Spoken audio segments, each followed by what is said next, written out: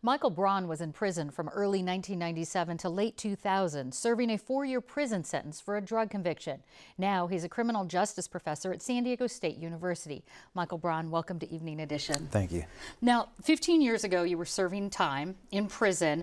You won your appeal on your drug conviction, but during your incarceration, you were enrolled in community college classes. What was that like? That was, it was nice. It was good. It was one of the things that actually got me through the system. While I was incarcerated, my mom scraped some money together and had me take some classes each semester. And while I was taking those classes, I was able to learn about sociology, and then that got me all geared up to actually go out and get my degree when I got out of prison. And what kind of impact did it have you when you were actually serving your sentence? So while I was walking around inside the prison, it actually helped me form an identity about myself that was much different than what I had going in. And that identity centered around being a student, seeing myself as intelligent, seeing myself as worthy of success. And then it also gave me an acute sense of injustice that I was seeing about myself that I really wanted to go and work towards when I got out, addressing. Now, when you were studying, this was not through a Pell Grant program. This was actually, you were in a broom closet type of education center, right. You called it, yeah. And watching videos. What did those videos tell you? Yeah, so what the videos were is they were live tapings of an actual college course that was happening on the community college campus. And so they were just normal correspondence courses that anybody could take. And so there was a process to getting those tapes into the institution, and I got access to them, and I watched them on a VCR.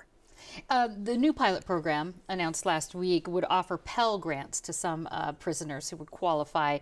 As a professor now who teaches criminal justice, what does research tell us about the impact of post-secondary educational programs for prisoners? Yeah, well, the research is quite clear on this, actually. For a number of years, actually well over a decade, a number of researchers have done studies on this and found that there's a substantial decrease in the amount of recidivism that prisoners who receive post-secondary education, when they come out. Recidivism is the reduction of committing a crime, right? And so the numbers that are often cited are about 43% of prisoners don't commit another crime within the first 3 years, and that's the most important time. Is that first 3 years for a prisoner. Sure, and it's actually quite a bit. 700,000 inmates actually return each year, and this would drop it down to almost half of that. Right, yeah, we're talking about a good 300,000 people not coming back into the prison system. And some lawmakers, of course, have criticized this Pell Grant pilot program, saying that, you know, aside from, you know, that basically that this is, prison should be for punishment and taxpayers shouldn't pay for that. What is your response to that? Yeah, well, taxpayers are paying for it. They're paying for it in the form of incarceration costs. The average incarceration cost is over $30,000 per year per prisoner. And so when you have someone going into the system, you're paying $30,000 per year, and then they come out, commit another crime, they go back, and you can spend hundreds of thousands of dollars over the course of their trajectory through a prison sentence.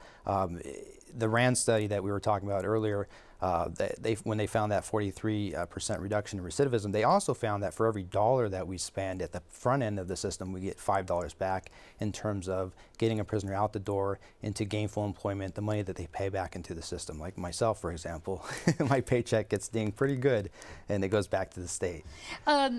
What other strategies would you like to see implemented as far as when it comes to local, state, and even federal programs for prisoners to address kind of re-entry back into the community? Well, there's two things. One, it should be noted that we have currently, there's a conversation happening at the CSU talking about what kinds of programs we can extend to currently incarcerated and people who have come out.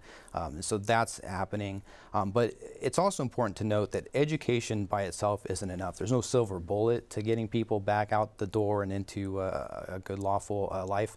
But what we found is that, you know, people who go through prison and people who've going through crime, and they experience a number of stress, right?